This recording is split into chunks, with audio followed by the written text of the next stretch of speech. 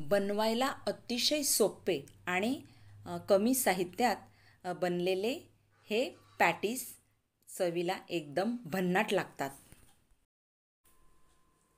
Hello everyone, yummy recipes चॅनलमध्ये मी आशा आपण सर्वांचं खूप खूप खूप मनापासून स्वागत करत आहे. आज आपण तवा पॅटीस बनवून घेणार आहोत. आपण खूप वेगवेगळ्या प्रकारचे पॅटीस पाहिलेले आहेत, तर आज आपण तवा पॅटीस पाहूया. चला कृती पाहूया. त्यासाठी मी 4 ते 5 हे मीडियम साईजचे बटाटे घेतलेले आहेत. आता ते कुकरमध्ये मी वाफवून घेत आहे. जवळजवळ 4 ते 5 शिट्ट्या घ्यायच्या आहेत. दुसऱ्या गॅसवर मी अर्धा किलो चिकन बॉईल करून घेतलेलं आहे आणि ते मी असं श्रेडेड करून घेत आहे. तुम्ही पाहू शकताय की मी छान असं एकदम श्रेड त्याच्या काढून घेत आहे आणि हे मी पूर्ण श्रेड करून घेतलेलं आहे. आता मोठ्या बाउलमध्ये हे श्रेडेड केलेलं चिकन मी घालून घेत आहे आणि त्यासाठी पुढचं साहित्य पाहूया. तर इथे मी पाव कप एवढे मटार घेतलेले आहेत. ते मटार मी वाफवून घेतलेले आहेत. आता मटार मी बाजूला ठेवते आणि तोपर्यंत आपल्या 4-5 शिट्ट्या झालेल्या आहेत. मी बटाटी काढून घेतलेले आहेत आणि त्याची साली काढून घेतलेल्या आहेत आणि आता अशीही कुस्करूनसुद्धा घेत आहे. तुम्ही पटॅटो स्मॅशर असतं त्याच्या साहाय्याने सुद्धा ही स्मॅश करून घेऊ शकता, पण मी हातानेच अशी करून घेत आहे. मी हिरवे वाटाणेसुद्धा घालून घेतलेले आहेत मटार आणि आता लगेच मी बटाटेसुद्धा घालून घेत आहे. सगळे बटाटे मी अशाच पद्धतीने सगळे कुस्करून घेत आहे आणि चिकनमध्ये मी हे एकजीव करून घेत आहे. आता एवढ्या बॅटरचे आपल्याला साधारण 25 ते 30 एवढे पॅटीस बनतात. तर छोटे छोटे पॅटीस बनवायचे आहेत. तर आता आपण ह्याच्यात पुढचं साहित्य घालूया. थोडेसे मसाले घालायचे आहेत. इथे मी एक मूठभर कोथिंबीरची पानं घातलेली आहेत. अर्धा टीस्पून जिरं पावडर घातलेला आहे. 1 टीस्पून गरम मसाला पावडर घातला आहे. 2 टीस्पून धणे पावडर, पाव टीस्पून हळद पावडर, चवीपुरतं मीठ, पाव टीस्पून मी ब्लॅक पेपर पावडर म्हणजे काळं मिरपूड घातलेली आहे. 2 टीस्पून मी सोया सॉस घातलेला आहे. तर आता या सगळ्या वस्तू, हे सगळे साहित्य, सगळे मसाले आपण या बॅटरमध्ये छान असे एकजीव करून घेऊयात.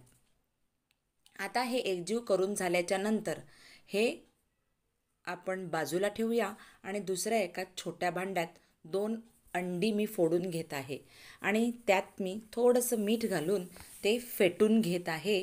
आणि गॅसवर मी लोखंडी तवा, आपल्याला तवा पॅटीस करायचे आहेत ना, म्हणून मी लोखंडी तवा ठेवत आहे. हे पॅटीस कधीच पॅनमध्ये करायचे नाहीत. तर तुमच्याकडे अशा प्रकारचा लोखंडी तवा असेल तर तुम्ही त्या तव्यावरच हे पॅटीस करा, तेव्हाच आपण तवा पॅटीस असं म्हणू शकतो.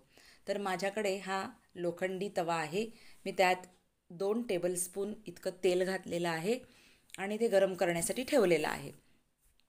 आता या चिकनच्या बॅटरमधील थोडं थोडं पोर्शन घेऊन आपण एक एक पॅटीस बनवून ते अंड्याच्या ह्या बॅटरमध्ये डीप करून म्हणजे बुडवून लगेचच आपल्याला ते तव्यावर सोडून द्यायचे आहेत. आता हे पॅटीस आपल्याला कुठल्याच ब्रेड क्रम्समध्ये किंवा रव्यामध्ये किंवा शेवीमध्ये कुठल्याच याच्यामध्ये आपल्याला कोट करून घ्यायचे नाहीत. फक्त अंड्यामध्ये डीप करून आपल्याला डायरेक्ट हे पॅटीस फ्राय करून घ्यायचे आहेत. आता एकामागोमाग एक मी हे फ्राय करून घेत आहे. तेल अगदी कडकडीत गरम झालेलं आहे.